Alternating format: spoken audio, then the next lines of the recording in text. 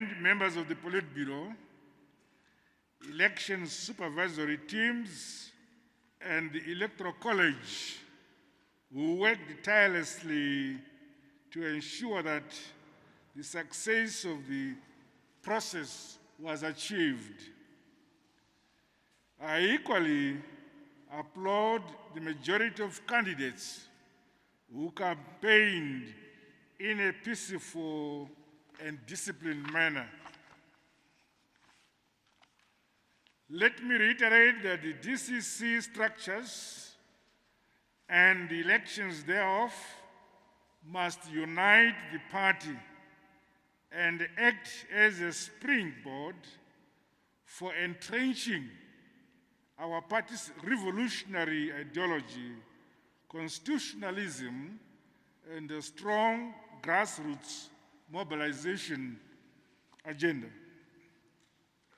Article 3, Section 20, subsection 2 of our Constitution enshrines the right of members to be elected to any office of the party, subject to rules and regulations determined by the Central Committee from time to time, while subsection 7 gives members the right to seek remedy in respect of any grievance as a result of the action of any person in authority over him or her.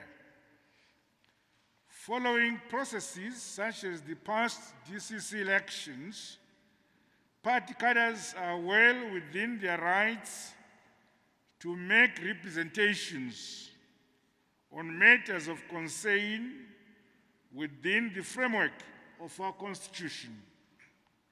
However, in doing so, loyalty and discipline, as expressed through understanding and adherence of the party constitution, ethics and the guiding principles must always be at the core.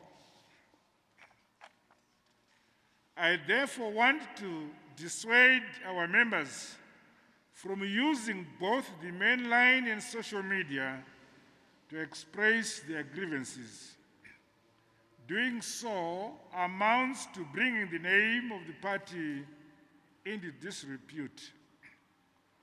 Comrades, I had the privilege to officiate at the groundbreaking ceremony to mark the construction of the Museum of African Liberation. The ZANU PF, as a revolutionary party and government, we take the honor of hosting this museum and coordinate the efforts towards advancing the Pan-African goal, integration and the unity of African states through the preservation of our collective liberation history and cultural heritage. I call upon the veterans of the struggle for independence in our country to take an active role as key stakeholders to this project. In keeping with the ongoing quest to immortalize our rich liberation heritage, I was humbled to receive an honor by the residents of Victoria Falls through their local authority, the Victoria Falls City Council, who conferred on me the freedom of the city status. The fact that this was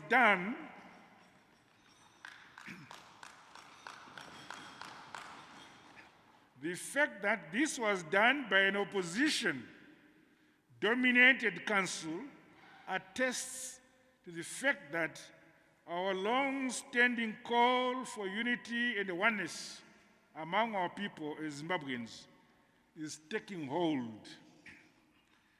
I'm pleased to advise the Politburo that my administration, in formulating and implementing policies which seek to ensure broad-based and inclusive empowerment for women and the youth will continue.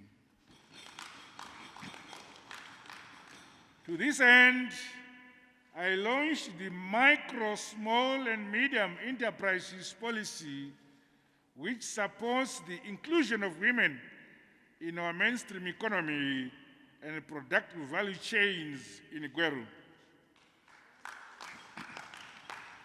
Furthermore, in line with the Second Republic's culture of dialogue and the virtues of a listening leader, I had the privilege to address the first annual Indaba of women councillors, drawn from all provinces across the political divide of our country. At this forum, women councillors made a convincing plea for the need to increase women in decision-making positions, in particular within councils, as we have done with regard to creating a quota for women in the National Assembly as well as in the Senate. The women in the local councils felt they were left behind.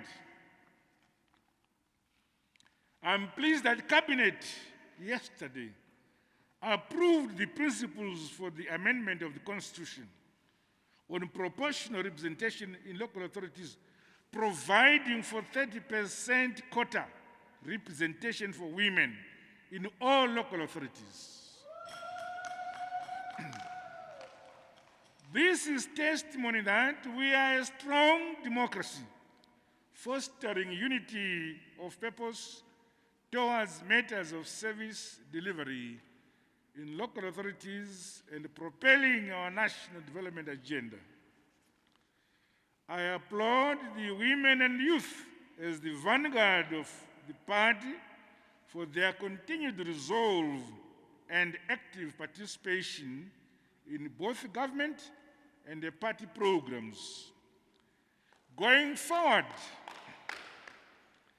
I urge them to keep this momentum as we consolidate the gains of the Transitional Stabilization Program, TSP, and prepare ourselves for the successful implementation of the National Development Strategy 1.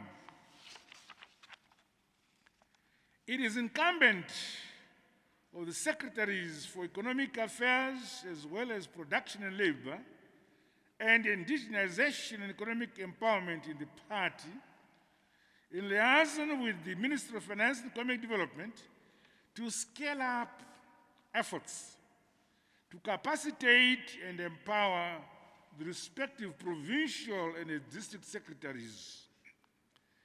The Ministry of Finance and Economic Development should roll out similar capacitation programs to raise awareness for the full implementation of the National Development Strategy. Making use of lecturers and teachers of economics at all institutional levels.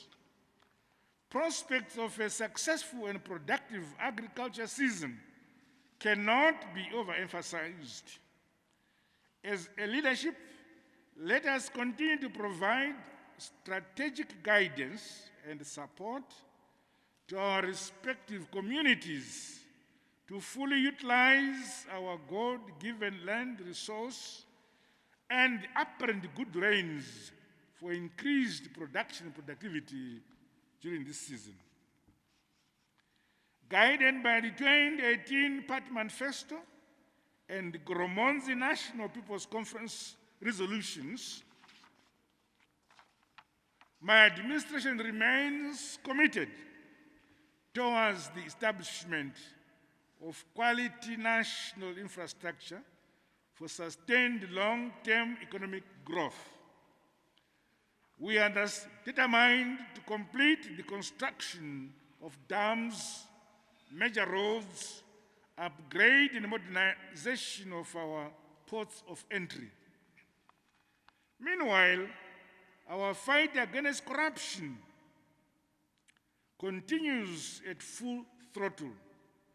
We must remain united and vigilant at all fronts to eradicate this scourge and the social vice.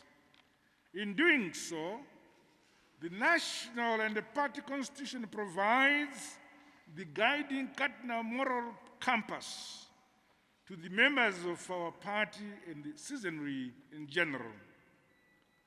In line with our commitments to the continental and regional blocs, my administration continues to establish mechanisms towards harnessing the attendant benefits that come along with the conventions and the protocols of the AFCFTA. The African Continental Free Trade Area is one major continental vehicle to propel innovation and inventions of goods and services to address the unique needs of our communities, leveraging on our rich national resources. I'll be making a separate statement with regard to the current surge of COVID-19 pandemic in our country. The just struggle against all forms of neo-colonialism and neo-imperialism remains alive, so as to establish the basis and conditions for economic independence and the growth of our economy. Let us therefore, as a leadership, continue to provide requisite, timely, and appropriate guidance across all wings of the party.